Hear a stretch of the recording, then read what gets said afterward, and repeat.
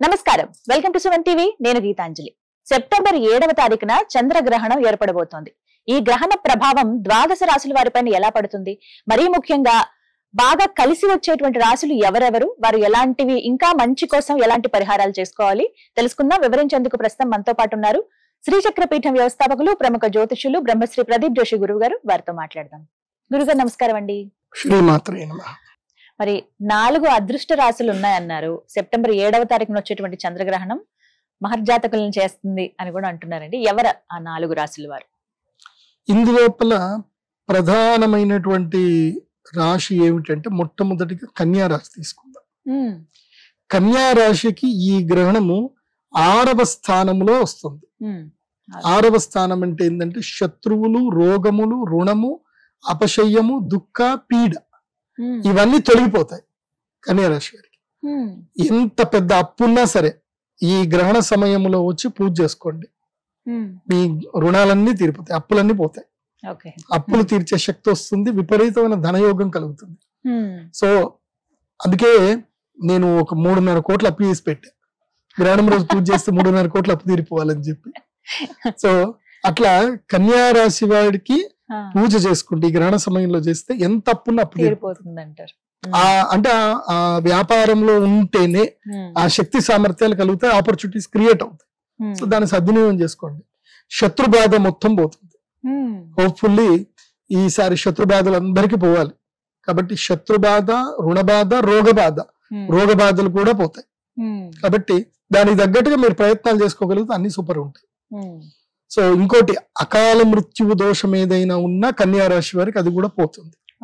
కాబట్టి కన్యా రాశి వారికి ఇది మంచి ఆపర్చునిటీ. ఇది కూడా రాజయోగమే. మనకి అప్పు తీరిపోవడం కూడా మంచిదే కదా. అప్పు తీరడం అంటే అర్థం ఏంటి? డబ్బు రావడమే కదా. సో ఆరోగ్యంగా ఉండడం కూడా ఒక అదృష్ట యోగమే. అపమృత్యు దోషాలు పోవడం కూడా ఒక అదృష్ట యోగమే. కాబట్టి కన్యా రాశి వారికి ఈ రూపంలో అదృష్ట యోగం ఉంది. రెండవది, 11వ స్థానంలో గ్రహణం జరగాలి.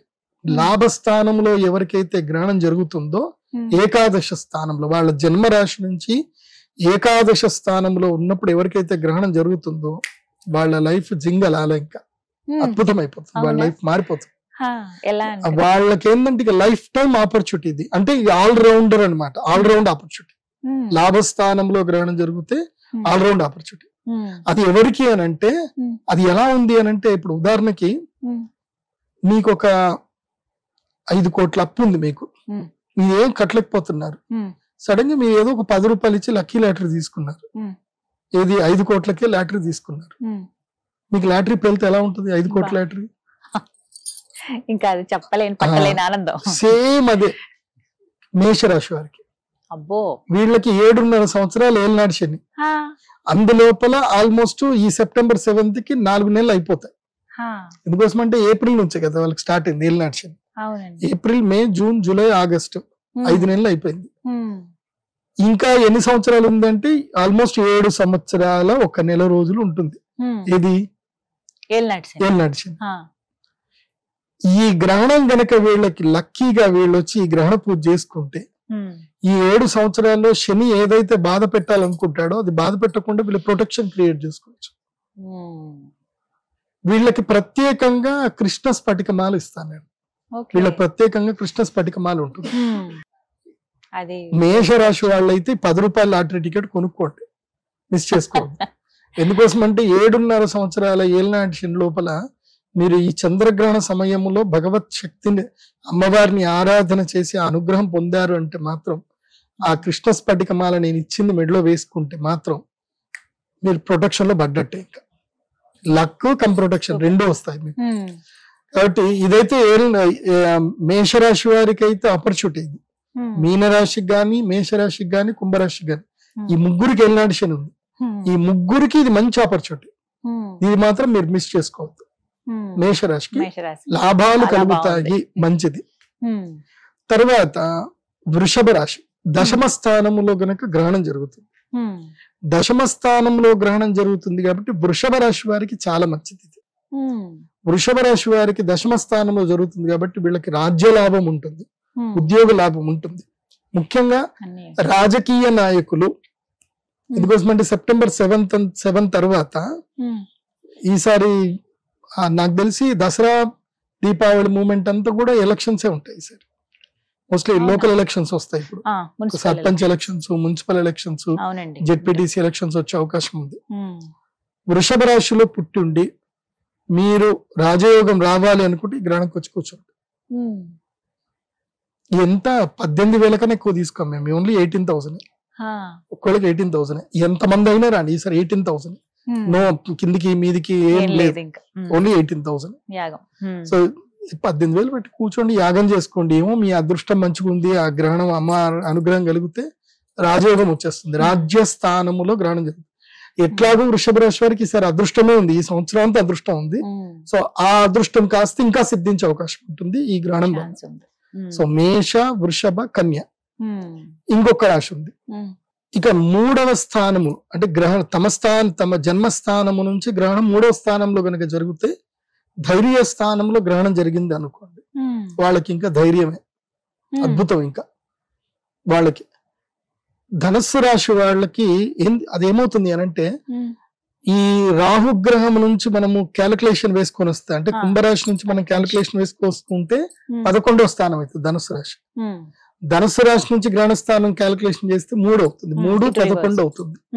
సో గ్రహణము నుంచి లాభస్థానములో గ్రహణం జరుగుతుంది. ఎప్పుడైనా గుర్తుపెట్టుకోండి, దృష్టి కూడా ఉంటుంది. రాహు యొక్క దృష్టి 11వ స్థానంలో దృష్టి పడింది అనుకోండి, లాభం కలుగుతుంది. కాబట్టి ధనుస్సు రాశి వారికి it's time to start new ventures. ఏవైనా సరే కొత్తగా ఏదైనా బిజినెస్ చేయాలి అనుకున్నా, ఏదైనా దాని స్టార్టప్స్ అంటారు, స్టార్టప్ చేయాలి అన్న వండర్ఫుల్ ఆపర్చునిటీ. ఈ 60 రోజుల్లో మీరు ఏదైనా కొత్త బిజినెస్ స్టార్ట్ చేసుకోండి. మోస్ట్ ఆఫ్ ద నేను ఇచ్చే సజెషన్ ఏంటంటే, దీపావళి వచ్చింది అని అంటే 3 రోజుల్లో పటాకులు అమ్మి 10 లక్షలు సంపాదించవచ్చు. నాకు కొంతమంది ఫ్రెండ్స్ ఉంటారనమాట, వాళ్ళు దీపావళి వస్తుంది అని అంటే వాళ్ళు ఏం చేస్తారు అంటే పోతారు అక్కడ నుంచి, శివకాశి నుంచి మొత్తం టపాసులు తీసుకొచ్చి పెట్టేస్తారు. 3 లక్షలు పెట్టుబడి పెడతారు, 10 లక్షలు సంపాదించుకుంటారు 3 రోజుల్లోనే. ఒక 5 రోజుల నుంచి పటాకులు పెట్టేస్తారు, టెంట్ వేస్తారు, ఏం చేయరు, టెంట్ వేస్తారు, పెట్టుకుంటూ కూర్చుంటారు అంతే. సంవత్సరానికి సరిపడే వాళ్ళ ఎంటర్టైన్మెంట్ డబ్బులను సంపాదించుకుంటారు. ఇంకొక గ్యాంగ్ ఉంటారు, అందరు నా ఫ్రెండ్స్ అందరు, నేను ఇచ్చిన సలహాలతోటే. వీళ్ళు ఏం చేస్తారు, కరెక్ట్ గా శ్రావణ మాసం వచ్చింది, వినాయక నవరాత్రులు వచ్చినాయంటే వినాయక నవరాత్రులు ఎంజాయ్ చేస్తారు, కోల్కతా పోతారు, ఢిల్లీ, కోల్కతా, సూరత్ పోతారు, బట్టలన్నీ కొనుక్కొచ్చేస్తారు, కొనుక్కొచ్చి స్టార్ట్ చేసేస్తారు.